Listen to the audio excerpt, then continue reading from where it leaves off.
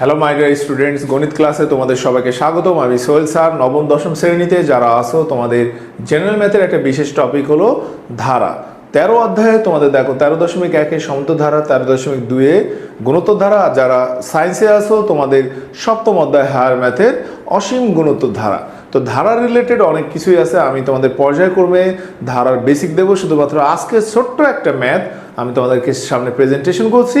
সেই অঙ্কের নতুন ধারাবাহিকভাবে একটা ম্যাথ আছে। দেখো, বলা হচ্ছে কোনো সমুদ্র ধারার এনতম পদ এন এবং এনতম পদ যদি এম হয়, তাহলে এম প্লাস এনতম পদ কত? এম প্লাস এনতম পদ কত? তম পদ। তা সমুদ্র ধারা আমাদের অনেকগুলো টপিক আছে, দুইটা সূত্র, একটা হলো এনতম পদ আর একটা হলো এন সংখ্যক পদের যোগফল।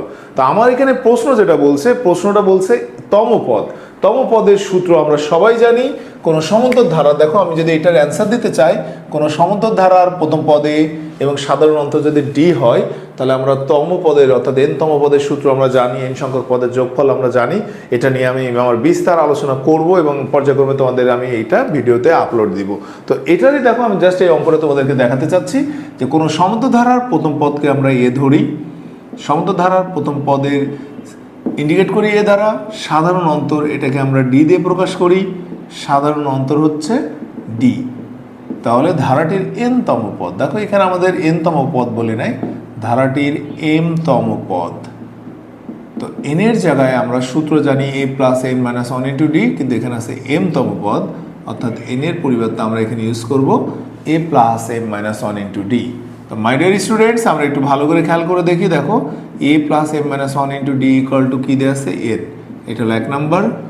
অনুরূপভাবে ধারাটির এন তম পদ যদি আমরা বের করতে চাই,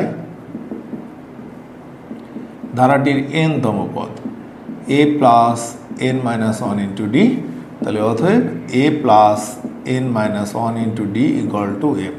তো এখান থেকে দেখো আমাদের বলছে এম প্লাস এন তম পদ বের করো।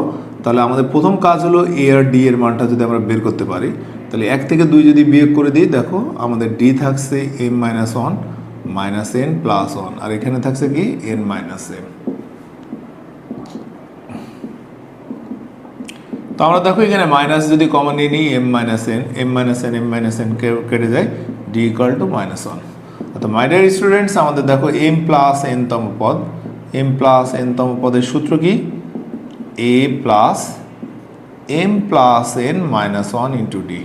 তো এখানে আমাদের এই প্রথম প্রশ্ন দেখো, একটু আমি মার্কিং করছি 1 নম্বর সমীকরণ 2 নম্বর সমীকরণের সেই জায়গাটাতে যদি আমরা একটু এখান থেকে ক্লিয়ার করে নিই, দেখো এ ডিটাকে যদি ডিভাইডেড করে দিই, a m minus one into d plus n d, তাহলে এইটুখানির মান কত? এইটুখানির মান হচ্ছে এন, এন ডি মানে হলো মাইনাস ওয়ান, তাহলে N minus N equal to 0।